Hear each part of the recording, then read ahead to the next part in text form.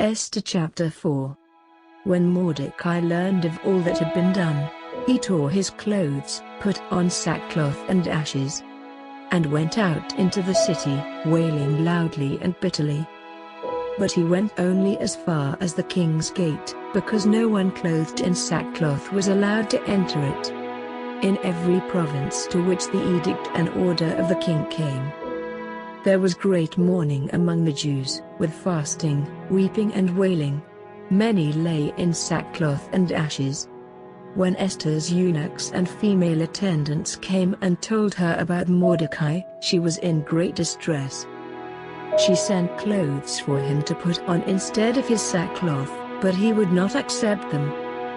Then Esther summoned Hathach, one of the king's eunuchs assigned to attend her, and ordered him to find out what was troubling Mordecai and why. So Hathach went out to Mordecai in the open square of the city in front of the king's gate.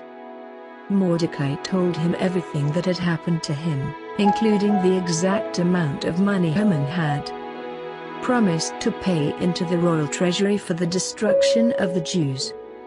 He also gave him a copy of the text of the edict for their annihilation, which had been published in Susa, to show to Esther and explain it to her, and he told him to instruct her to go into the king's presence to beg for mercy and plead with him for her people.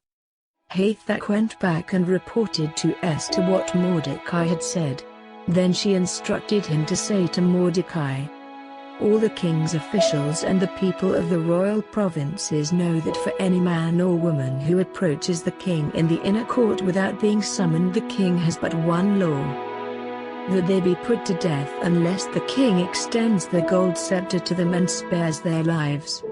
But 30 days have passed since I was called to go to the king." When Esther's words were reported to Mordecai, he sent back this answer: "Do not think that because you are in the king's house you alone of all the Jews will escape.